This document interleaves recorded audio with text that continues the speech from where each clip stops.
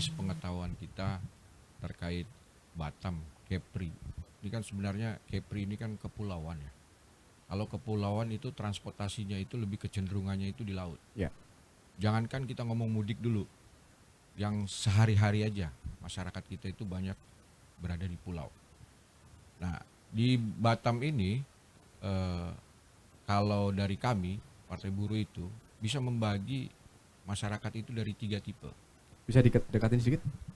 Jadi Ya. ada tiga tipe masyarakat yang ada di Kepri ini khususnya di Batam. Yang pertama itu masyarakat yang berada di level bawah. Yang kedua menengah, baru yang ketiga di atas. Nah, kalau buruh ini kebanyakan di level bawah. Jadi kebetulan saya juga perantau. Orang tua bilang, kalau kamu punya uang, jangan lama-lama kamu ngelihat kita di kampung. Kalau bisa setahun itu 2 kali, gitu. Jadi jangan tunggu, nanti jangan sampai kita nggak ketemu lagi, gitu. Jadi artinya orang tua itu ketika kita merantau memang mengharapkan kita itu untuk datang kembali melihat mereka. Nah, momen mudik ini kalau dari kami Partai Buruh itu bukan cuma hanya, mohon maaf, hari raya eh, kebesaran kan ada banyak ya. Kemarin kebetulan kalau saya Natalan, kemarin kebetulan saya pulang juga. Itu saya merasakan gimana kalau lewat naik apa namanya Doloronda itu lewat Batu Ampar. Dari mulai proses beli tiket gitu kan. Lalu ngantri kita jam 5 subuh di Batu Ampar. Sampai kita naik kapal itu jam 9 pagi. Gitu. Baru nanti kita sekitar 14 jam sampai di Belawan. Jadi di situ memang benar-benar kita ngerasain tuh gimana apa namanya kondisinya kalau kita mudik gitu kan. Artinya kalau tadi dikatakan bahwasanya dari sisi safety kalau dulu ronda itu kan sekitar 4 penumpangnya kalau full. Kalau kelut itu sekitar 5.000. Itu sebenarnya kalau menurut safety nggak boleh pelampungnya itu lebih, Pak. Kenapa pelampungnya harus lebih? Berarti kan ada yang non-seat. Kalau dia non-seat artinya kapasitasnya itu kan lebih. Nah, itu safety-nya seperti apa kalau dia melebihi kapasitas? Ini bahaya. Harusnya kalau memang penumpangnya itu 4.000 dia baju pelampungnya, lifebuoy-nya berapa dan juga kapalnya. Seperti itu. Karena kita kalau kerja di pabrik ini melihat yang lebih itu nggak bisa. Apalagi kalau mau ngomongin safety loh Pak ya. Safety itu nggak boleh berlebihan, nggak boleh juga kurang, harus pas dia. Gitu. Ini kalau dari sisi kita menilai dari sisi safety. Nah lalu kita kembali lagi tadi ketiga tipe masyarakat. Kalau yang di ASDP ini kan kalau boleh dikatakan dia kelas menengah yang sudah punya kendaraan. Ini pun agak sulit. Sebelum berangkat mesti urus surat mobil lah apa segala macam.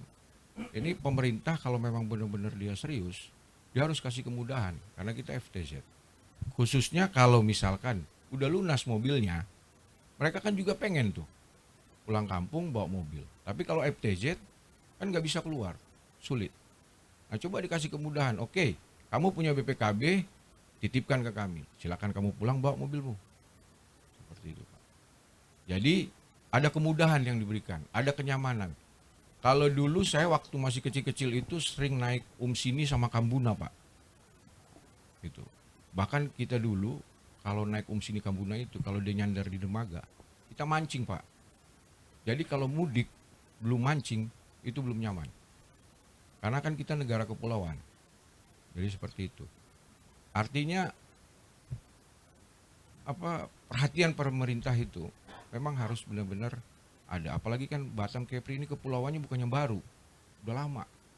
Kalau tadi kata Pak Irwan 20 tahun kan jadi dewan kan, melihat kondisi Batu Ampar sayang banget. Gitu. Mau sampai kapan lagi ya Pak ya dengan kondisi yang sama?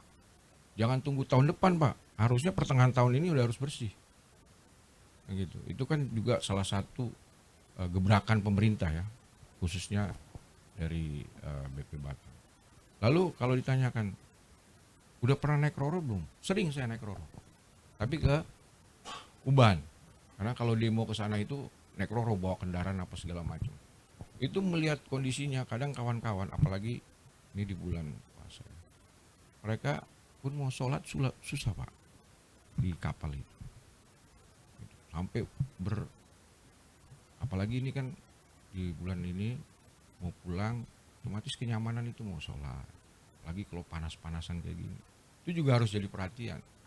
Seperti tadi dikatakan, kenapa kok kalau penumpang yang ke Singapura kok kayaknya spesial banget gitu loh. Tapi giliran kita kok kayaknya kurang gitu kan. Padahal kan sama kita di sini semua. Mereka juga di sini kerja, kita juga di sini juga kerja. Gitu kan. Baru yang berikutnya tadi dikatakan bahwasanya ada perhatian khusus untuk oknum-oknum pejabat. Jangan Pak, kita sama Pak, ya kan? Jangan dispesialiskan. Oh ini karena pejabat harus. Jangan dong. Sama-sama pejabat beli tiket juga beli tiket kan? Atau jangan-jangan pejabat nggak beli tiket Pak, makanya dapat di tempat khusus kan? Jangan, karena itu apalagi di bulan puasa ini kan, lalu kita membeda-bedakan orang jabatannya mentang jangan. Kita dari Partai Buruh nggak setuju dengan kondisi seperti itu. Lalu yang terakhir tadi dikatakan terkait dengan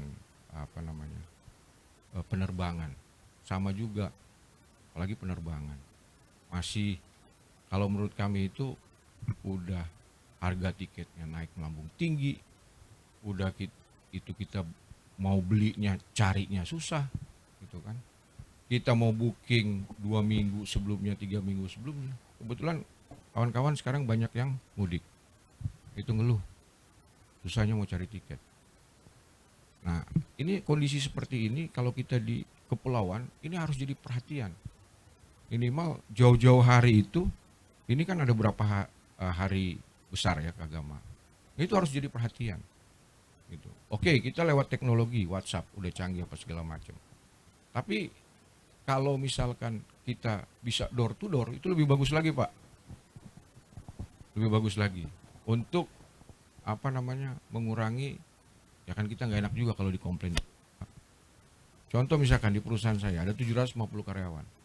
Mungkin dari 750 karyawan itu yang akan mudik sekitar 100 orang.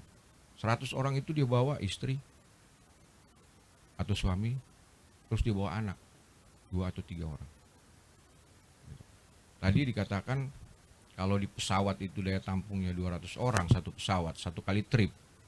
Kalau dia ada 5 penerbangan satu hari, kali aja 200, sudah 1000. Satu kali